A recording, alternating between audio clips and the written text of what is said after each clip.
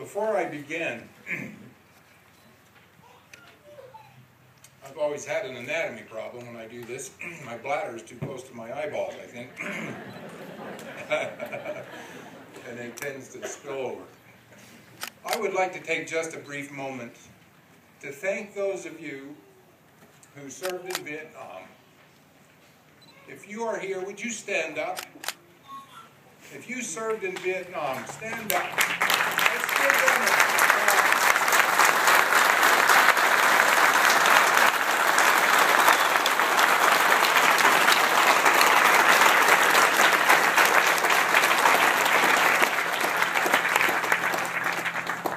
When you came home, you weren't thanked. And I apologize for that, for all of us who were alive at the time. You did an incredible thing in serving your country and us. In that generation, in that call to arms, you responded. There was a war far across the Pacific Ocean. The action was supposed to stop the aggression of communism. Then, as now, to that call to arms came the finest of that generation. Some were pressed into the service by the draft, and others volunteered. But regardless of the route, they came and gave their all. A selfless sacrifice of life and service that is now very sacred. Vietnam was a different kind of action. The objectives were unclear. It seemed after a little while that there was more interested in political pacification and monetary manipulation than there was in fighting for liberty. And that the high cause of freedom and liberty became obscure. But into that volatile arena in the fall of 1968 arrived a bright-eyed, exemplary college graduate that we affectionately called Bob Allen. He had already completed his obligations of military service that was required in the day. His intent was to graduate from college and retire to the quiet confines of the Upper Bear River in Rich County, Utah, and ranch with his father. The positive and fulfilling dream of purpose provided Bob with all the motivation required to get through college, getting up at 4 a.m. and milking the cows at the college dairy where he worked. Along the way, he became the devoted husband to his high school sweetheart, Patricia O'Malley from Evanston. They worked hard, and by 1966, both had accomplished their dream of being college graduates. But you know, life has a way of testing our plans and our resolve. And so it was for Bob and Pat that their happy ever after life was interrupted. It became obvious to Bob that his father's ranch could not support the family, another family. So he developed a new plan for his life. He would enlist in the Air Force, become an officer and a pilot. After serving, he would become a commercial pilot, and after 20 short years would then be able to come back to the banks of Otter Creek and ranch the rest of his life and serve his family, his God, and his community. So with that vision in mind, he left. His comfort and tranquility of the... I apologize, I sometimes get my tongue tangled up when I talk about Brother Bob. But he left that little town of Randolph in the midst of the quiet Rocky Mountains, and it was plunged into the volatile and difficult and perilous war in Southeast Asia. After OTS, birth of a daughter, pilot training, survival training, and a fond but fearful farewell. 8 December 1968, finds First Lieutenant Robert A. Rex in the cockpit of his F-105D fighter bomber.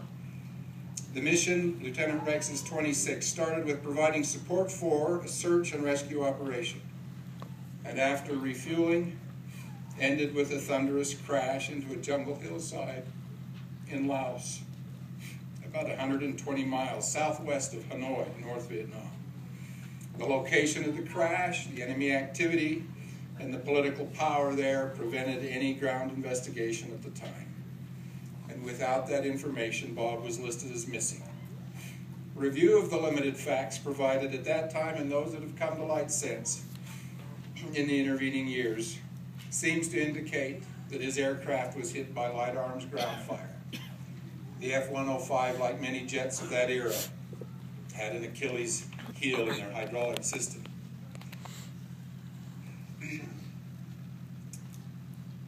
The intervening years were pretty tough on Pat, his wife, Pearl, his mother, and others of the family. A second daughter was born to them just 3 months after he was shot down.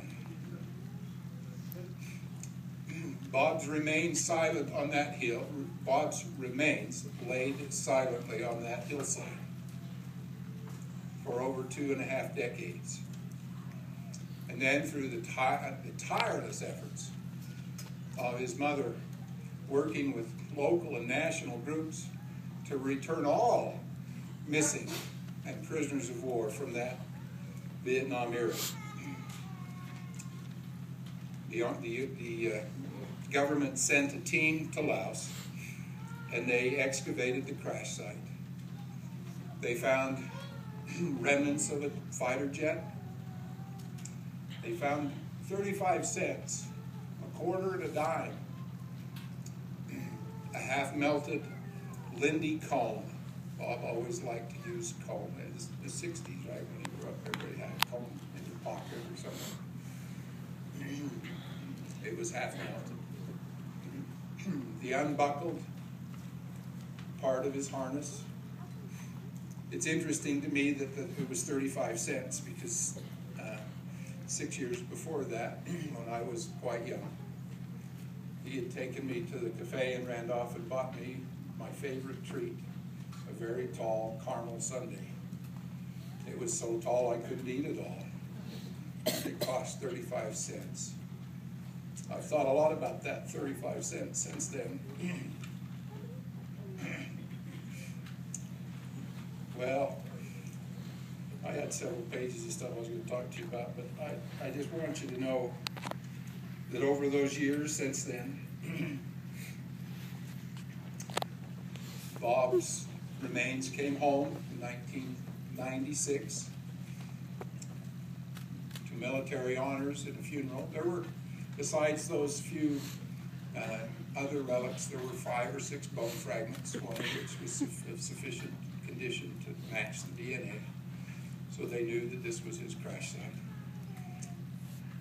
And so on the 25th of July in 1996, Randolph's population doubled as people swelled into the cemetery. And young men dressed in Air Force uniforms afforded him the finest honor. They weren't even born when he was killed.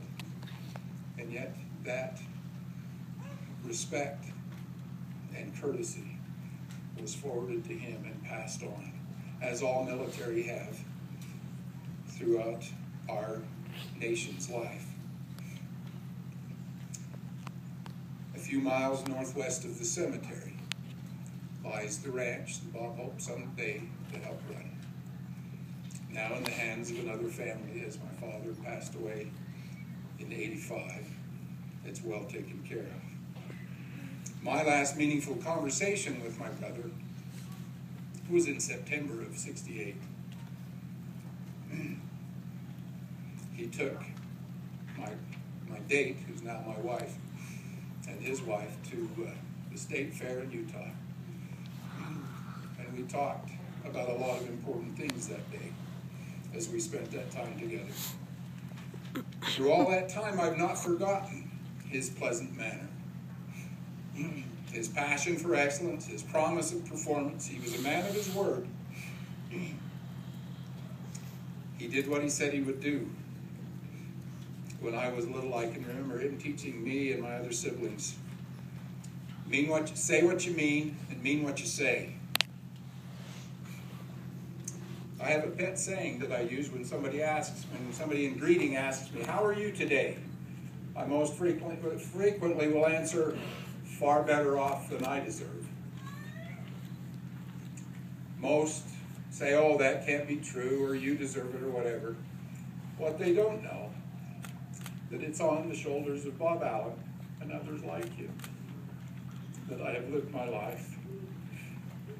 It's because of his sacrifice and you other vets that are here and those that are being honored that I've been able to live my life as a free man and raise my family in relative prosperity and peace. I hope that each of us will thank a vet, if not in person every day, at least in our hearts every day, as we wake up and go about our lives. I know I thank my brother Bob for all that he did. Spend some time today and go look at those names. Everyone a brother, or a father, or a son, or a daughter. 58,000 people who sacrificed their lives for you and I. May we never forget, is my humble prayer.